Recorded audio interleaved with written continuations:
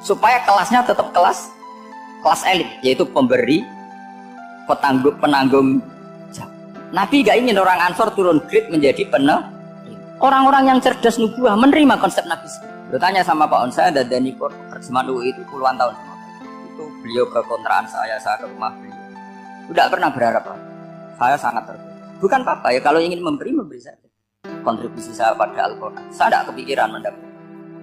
Supaya heroik. Tapi orang-orang yang cerdas amatir tadi, ini gak fair. Wong yang memberi lama kok dapat servis sedih. Nah, sekarang itu problem zaman akhir sudah mulai seperti itu. Nah, orang ini namanya Dzul Khuwaisirah. Ini yang nanti punya anak turun Khawarij. Khawarij itu orang yang ibadahnya hebat tapi cara berpikir tentang nubuah salah. Orang lagi Khawarij itu orang ibadahnya hebat tapi cara berpikir nubuah itu unik. Nubuah itu cara berpikir tadi apa ya? Melihat sesuatu yang benar biar benar terus. Yaitu tadi mental memberi itu ya biar memberi terus, tidak usah di-share. Maka ketika Abu Bakar jadi Khalifatul Rasulullah, itu ada sistem kepegawaian. Itu gajinya Umar yang sudah Islam lama, gajinya Abu Bakar yang sudah Islam lama. Itu sama Abu Sufyan sama, padahal Islamnya Abu Sufyan baru setelah di Mekah, kira-kira baru setahun. Terus diprotes sama orang-orang, ini Islam lama kok gajinya sama Islam yang baru setahun kok sama. Kata Abu Bakar, fadailuhum indallah, mereka punya kelebihan Islam lama itu indallah, nanti balasannya biar surga. Kalau di dunia sesuai profesinya. Artinya profesi kalau penjaga kantor ya berapa, kalau dosen berapa, pokoknya ya sudah. Dan itu diterima oleh sahabat, semuanya menerima konsep itu. Era Umar agak dibalik. Abu Sufyan kira-kira gajinya 1 juta, yang lainnya yang menangi Nabi mulai awal gajinya 10 juta. Ditanya, ya Umar, kenapa ini jadi rubah seperti kebijakan Abu Bakar, tidak seperti Abu Bakar? Jawabnya Umar lucu. Fawwah la usawwi baina man qatala Rasulullah wa baina man qatala ma'a Rasulillah. Demi Allah saya tidak akan pernah menyamakan orang yang dulu merangi Rasulullah yaitu Abu Sufyan dengan orang sing selawase dari anak Rasulullah yaitu Sayyidina Ali dan sebagainya. Ini penting. Artinya ketika gajinya orang saya seperti Ali radhiyallahu anhu itu tinggi itu bukan karena lamanya Islam, tapi karena lamanya iman. Jadi mulai dulu istihad itu ada dan dulu dia biasa saja. Karena tadi ada kecerdasan nubuah. Saya ulang lagi, ada kecerdasan apa? Sekarang itu kecerdasan toma atau kecerdasan nafsu. Itu kalau sampai ngaji kitab tasawuf, itu bab bakhil itu tidak ada. Menurut kitab tasawuf, medit itu tidak ada, kikir itu tidak ada. Yang ada itu toma. Toma itu berharap dikasih orang lain. Sampai pernah nggak bilang kalau artis-artis di Jakarta kikir? Tidak pernah, karena kamu tidak pernah ingin diberi. Tapi kalau kamu punya pacar karena kenal tidak pernah ditraktir, oh pacar saya kikir, karena kamu ingin diberi. Pernah nggak kamu hukumi orang lain kikir yang nggak kenal? Padahal tidak pernah memberi kamu. Apa? Karena kamu tidak pernah ingin. Coba sekarang kamu saya tanya, ini latihan cerdas. Definisi kikir itu apa tuh? Nggak pernah memberi kamu kan? Artis-artis Jakarta, tokoh-tokoh nasional pernah nggak memberi kamu? Enggak kan? Tapi tidak pernah kamu vonis kikir karena kamu tidak pernah toma. Tapi pacar kamu kok amin ditraktir terus, atau istri kamu atau mertua kamu kok tidak ngasih warisan, kamu bilang kikir kan? Sebabnya kikir betul apa karena kamu toma berharap? Toma. Maka di kitab tasawuf itu nggak ada bab kikir, yang ada bab toma. Karena asal usul menvonis orang kikir itu karena tama. Maka jangan banyak kenal orang, nanti banyak hukum kamu kan. Sombong juga gitu, di tasawuf itu nggak ada bab sombong. Karena orang hukumi orang lain sombong itu karena kamu ingin dihormati. Ada orang nggak kenal, terus lewat saja nggak tanya kamu bilang sombong enggak kan? Tapi kalau kenal, oh sombong betul, kenal nggak tanya kan gitu. Jadi tasawuf itu sisi unik dari terus ingin kenal Pak Jokowi menjadi menterinya, nanti kenal rektor ingin jadi pegawai. Ketika nggak diturutin bilang Pak Rektor kikir. Tapi orang lain ya kak pernah berharap, mungkin nggak menvonis Pak Rektor atau Pak On ini kikir, enggak kan? Berarti vonis kikir itu status orang itu apa nggak kesampaian niat kamu? Memang agak jelimet ilmu tasawuf itu, tapi itu unik, itu bagian dari khazanah apa?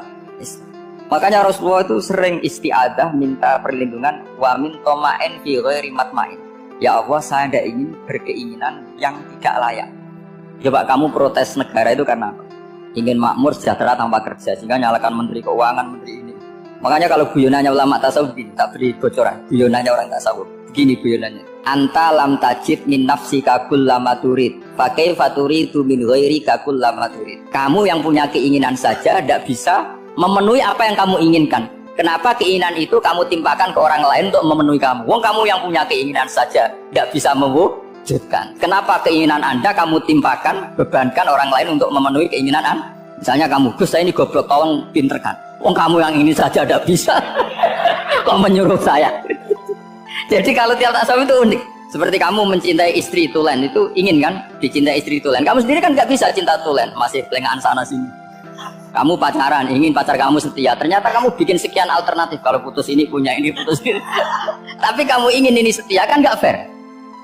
Makanya guyonnya orang tasawuf itu anta lam tajid min nafsika kullama turid fa kaifa turidu min ghairika kullama turid. Gampang tuh apalane pokoknya ratrit gitu aja gampang. Jadi kamu yang punya keinginan saja tidak bisa memenuhi. Kok orang lain disuruh memenuhi. Sehingga orang tasawuf itu malu betul. Misalnya saya kok ingin Pak On takdim sama saya itu kurang gawe. Kalau saya ingin ditakdimi saya menakdimi diri saya sendiri.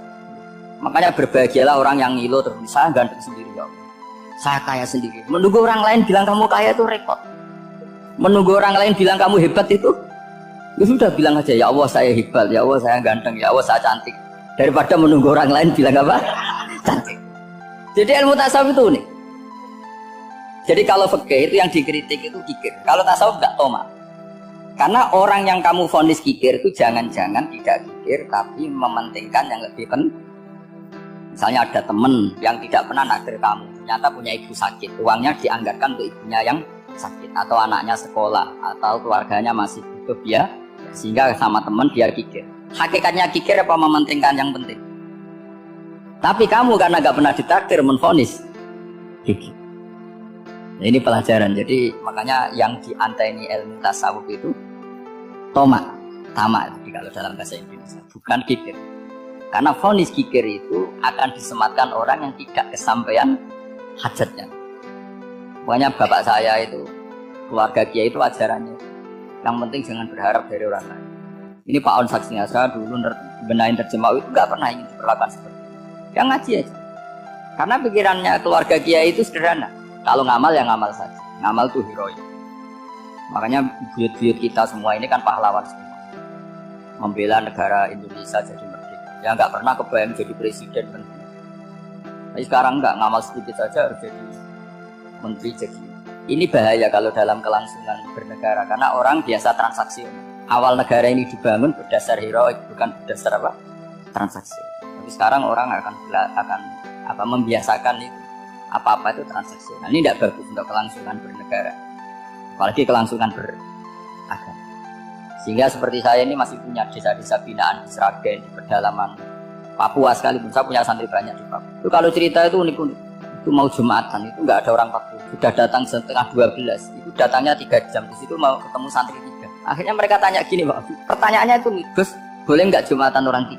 Secara fikih Syafi'i kan harus orang 4. Kemudian mereka bilang, "Mbok sholat duhur saja." Mereka nggak mau. Wong Jumat kok duhur.